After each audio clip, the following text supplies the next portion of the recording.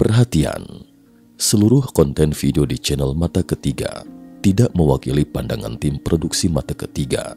Mata Ketiga hanya menyampaikan suatu informasi yang dianggap layak dipublikasikan untuk dikaji bersama. Terima kasih atas dukungan dan perhatiannya.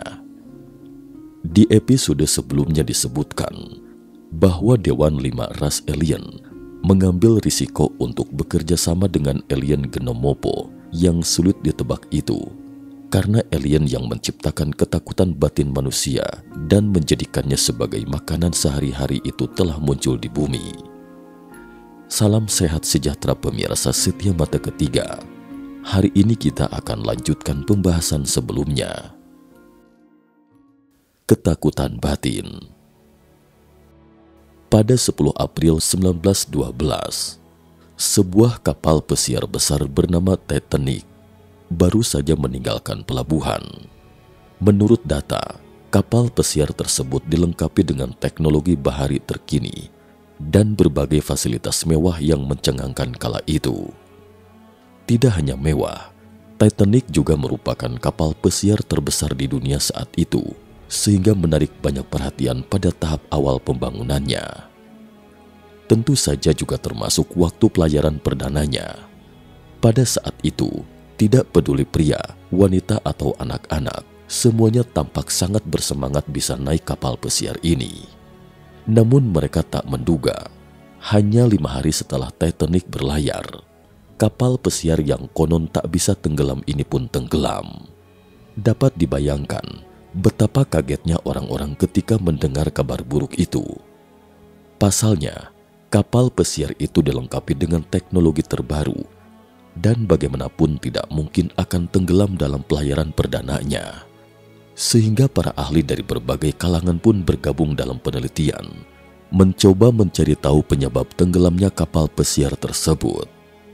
Pandangan arus utama saat ini adalah Titanic mungkin tenggelam karena secara tidak sengaja menabrak gunung es, sehingga menyebabkan lambung kapal dimasuki air laut. Yang lebih aneh lagi, banyak penyintas atau penumpang yang selamat ketika itu mengatakan bahwa yang mereka dengar sebelum kecelakaan kapal adalah ledakan, bukan tabrakan. Pada saat kapal tenggelam, beberapa penumpang melihat lampu sorot yang diduga dipancarkan dari kapal selam, sehingga ada yang berpikir mungkin ada sesuatu di bawah air yang menyerang kapal tersebut. Namun dugaan ini segera ditampik oleh para ilmuwan, karena pada tahun 1912 bahkan Perang Dunia Pertama saja belum meletus. Dunia saat itu sangat damai. Tidak ada negara yang memiliki alasan untuk membunuh begitu banyak warga sipil sekaligus. Selain itu, lokasi tenggelamnya Titanic berada di Samudra Atlantik dekat Amerika Utara. Saat itu, kapal selam negara-negara Eropa belum memiliki teknologi untuk menempuh jarak yang begitu jauh, sehingga teori sabotase pun segera disingkirkan. Namun menurut Elena, penulis A Gift from the Stars, peristiwa itu memang karena ulah manusia. Hanya saja oknum yang dimaksud itu bukan sosok manusia bumi. Elena mengatakan bahwa di ras bintang Perseus dan sekelompok alien bernama Tanzani. Tinggi rata-rata mereka sekitar 150 cm. Bentuk kepala mereka lonjong mencuat ke belakang. Bentuknya ini sangat mirip dengan manusia berkepala lonjong yang sebelumnya pernah diulas Mata Ketiga. Ras alien ini ganas dan agresif. Namun karena mereka tidak memiliki keinginan material, mereka tidak akan menjarah sumber daya bumi atau menjajah planet manapun. Mereka hanya suka meneliti, terutama mempelajari makhluk hidup, meneliti reaksi terhadap rasa sakit dan ketakutan secara batin. Karena itulah, mereka menciptakan banyak bencana di bumi, dan insiden Titanic adalah salah satu eksperimen mereka. Mungkinkah sesuatu yang dilihat dan diduga kapal selam oleh para penyintas ketika itu sebenarnya adalah pesawat luar angkasa bawah air milik alien Tanzani? Karena menurut cerita Elena, kapal alien Tanzani berbentuk oval. Selain alien Tanzani, juga pernah disebutkan di episode sebelumnya bahwa ras alien Cikar yaitu Draconian. Mereka akan mempertahankan kekuatan transformasinya melalui adrenalin yang dikeluarkan oleh manusia saat mereka dilanda ketakutan. Dan itulah sebab mengapa alien Draconian berusaha menciptakan kekacauan di bumi. Oleh karena itu, sekelompok alien tingkat dewa telah berkumpul di bumi dan mereka telah sepakat untuk membantu penduduk bumi. Alien Entori atau Endorians. Menurut Elena, selain Gnomopo yang tinggal di rasi Scorpio, juga terdapat sekelompok makhluk rupawan. Mereka tinggal di sebuah planet bernama Endora. Di sini adalah dunia 9 dimensi. Tidak ada gravitasi di dimensi ini, jadi kita bisa melihat gunung yang melayang di angkasa dan juga melihat pesona lautan yang terbentuk dari arus cahaya. Lautan eksotis ini sama sekali tidak sama dengan lautan bumi. Tangan Anda tidak akan terasa basah saat menyentuhnya karena tercipta dari cahaya. Di dalamnya mengandung banyak energi. Faktanya seluruh kehidupan di planet Endora hidup bergantung pada lautan eksotis ini. Di sini Anda akan melihat banyak makhluk dari densitas ke-9 hingga ke-11. Mereka adalah sejenis kehidupan semi-transparan yang terbentuk dari cahaya yang memancarkan kilau warna-warni.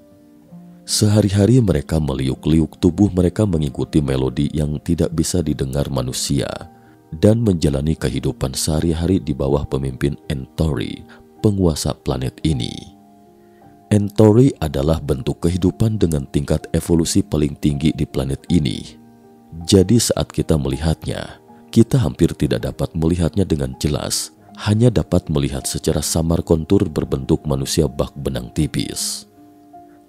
Wow, sampai di sini, kita seakan sedang menyaksikan film fiksi ilmiah, bukan? Namun menurut Elena, memang ada dimensi yang berbeda di alam semesta, dan kita kerap salah kaprah antara dimensi dan densitas. Pertama, alam semesta paralel memang ada, dan terdapat 12 dimensi yang tidak sama di setiap alam semesta. Namun orang-orang di dimensi ini tidak dapat melihat satu sama lain, tetapi mereka eksis pada waktu yang bersamaan. Oleh karena itu, roh yang kerap kita sebut itu mungkin adalah sosok orang yang hidup di dimensi yang berbeda, karena pada umumnya kita tidak dapat melihatnya. Dan ada 13 densitas berbeda di setiap dimensi. Densitas atau kerapatan adalah suatu frekuensi getaran yang merupakan kunci evolusi. Kehidupan dengan tingkat evolusi yang semakin rendah pula frekuensi getarannya. Sebaliknya semakin tinggi tingkat evolusi, semakin tinggi frekuensi getarannya. Singkatnya, bentuk kehidupan dengan tingkat yang semakin tinggi, frekuensi getarannya semakin cepat. Berikut saya ambil salah satu contohnya, agar kita lebih memahami apa itu dimensi dan densitas atau kerapatan. Pertama-tama, gambar yang kita saksikan di layar ini jelas adalah keyboard piano. Kita anggap saja tangga nada oktav pada keyboard ini sebagai satu mensi, yaitu satu dunia. Pada papan keyboard ini, total ada 13 tuts hitam putih yang melambangkan 13 kerapatan dalam satu dimensi, yaitu keadaan dari semua kehidupan di dunia ini. Keyboard dengan frekuensi yang lebih rendah di dunia ini adalah kehidupan tanpa evolusi, tetapi setiap bentuk kehidupan di sini dapat meningkatkan frekuensi getarannya dengan meningkatkan kondisi spiritualnya, misalnya meningkatkan dirinya dengan energi positif setiap saat. Setelah frekuensi getaran ditingkatkan, selanjutnya kemudian dapat ditingkatkan ke kerapatan berikutnya dan masuk ke dimensi berikutnya ketika sampai pada kerapatan ke-13. Dan dunia di dimensi selanjutnya akan seperti surga dengan kedamaian dan cinta kasih saja. Mereka yang tinggal di sana bahkan bisa mendapatkan beberapa kekuatan super. Intinya, menurut teori alien, ketika lebih dari separuh manusia di bumi sudah dipenuhi dengan energi positif di dalam batinnya, kita bisa langsung naik tingkat tanpa perlu menunggu semua orang meningkat. Tidak hanya itu, begitu frekuensi getaran seluruh manusia meningkat, maka kekuatan-kekuatan jahat di dunia ini dengan sendirinya akan meninggalkan bumi. karena mereka termasuk makhluk dengan kerapatan rendah dan tidak dapat bertahan hidup di dunia dengan kerapatan tinggi. Itulah sebabnya mengapa kekuatan jahat akan selalu menciptakan konflik, karena mereka tidak hanya menjadikan ketakutan batin sebagai makanan, tetapi juga berharap kita akan terus tinggal di dunia dengan kerapatan rendah karena ketakutan batin itu, sehingga dengan demikian mereka dapat memenjarakan penduduk bumi.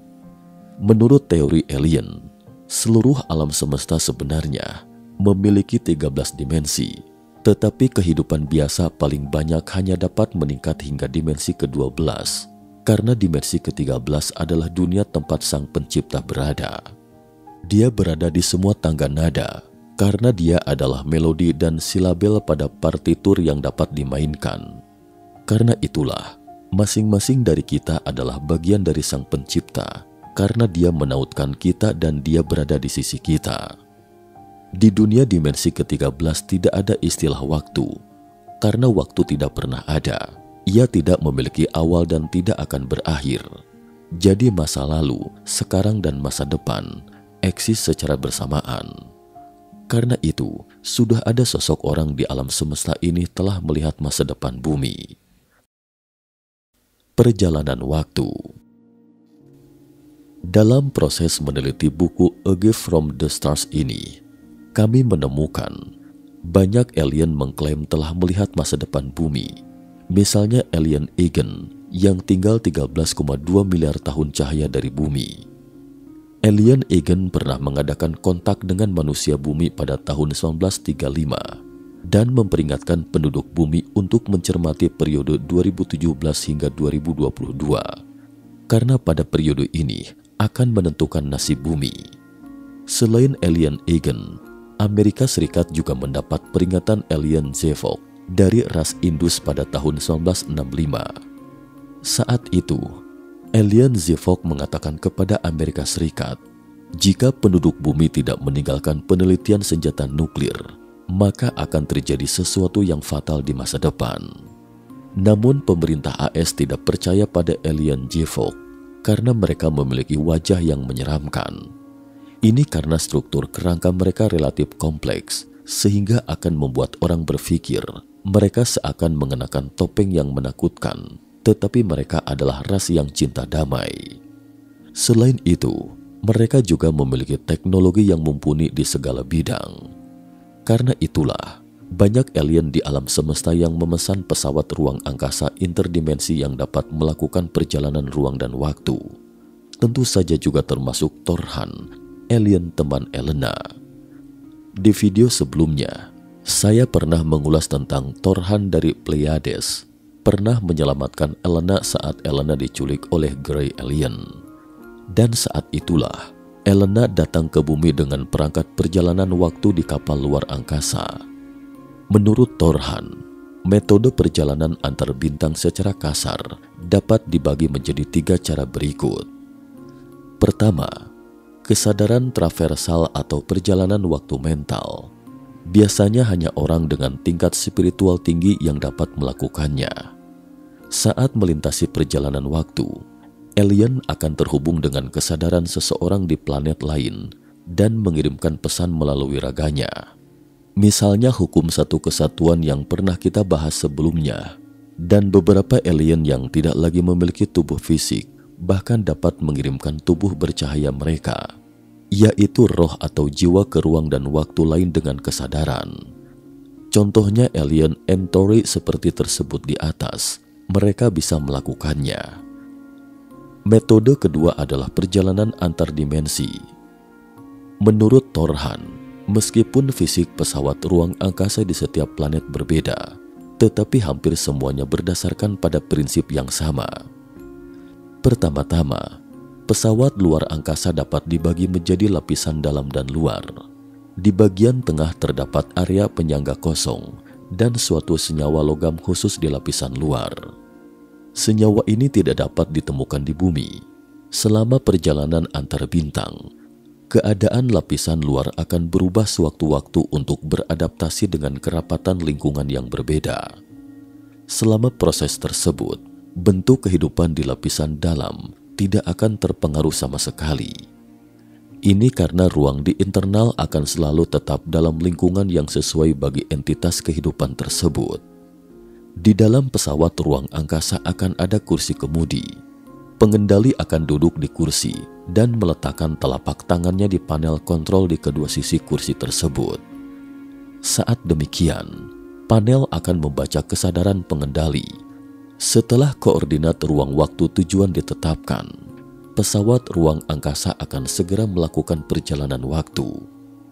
Oleh karena itu, jika berkesempatan memasuki pesawat luar angkasa alien, kita tidak akan melihat panel kontrol apapun, karena alien menggunakan kesadarannya untuk menggerakkan pesawat luar angkasa. Tapi ini bukan teknologi tercanggih, karena menurut penuturan Elena, ada semacam perjalanan waktu yang bahkan tidak menggunakan pesawat luar angkasa. Echo resonance atau resonansi suara. Yang paling unik di antara semua cara perjalanan antar bintang adalah teknologi resonansi suara. Ini adalah proses di mana molekul didematerialisasi dan kemudian dipasang kembali. Sederhananya, entitas kehidupan akan lebih dulu dipecah menjadi keadaan molekuler untuk ditransmisikan selama perjalanan waktu, dan akan direkonstruksi setelah mencapai tujuan. Oleh karena itu, terkadang kita menemukan banyak pelintas waktu perlu meminjam pakaian dari orang lain saat mereka muncul. Ini karena mereka tidak mengenakan pakaian sebelum melintasi perjalanan waktu, tetapi ini hanya akan terjadi di planet yang belum matang secara teknologi. Karena masalah teknis, mereka khawatir akan terjadi kesalahan saat proses rekonstruksi. Jadi mereka harus melepas pakaian dulu sebelum menembus perjalanan waktu. Karena resonansi suara akan melalui proses dematerialisasi terlebih dahulu, sehingga entitas terkait merasa lumpuh sementara. Dan teknologi rekonstruksi ini tidak hanya digunakan dalam perjalanan waktu.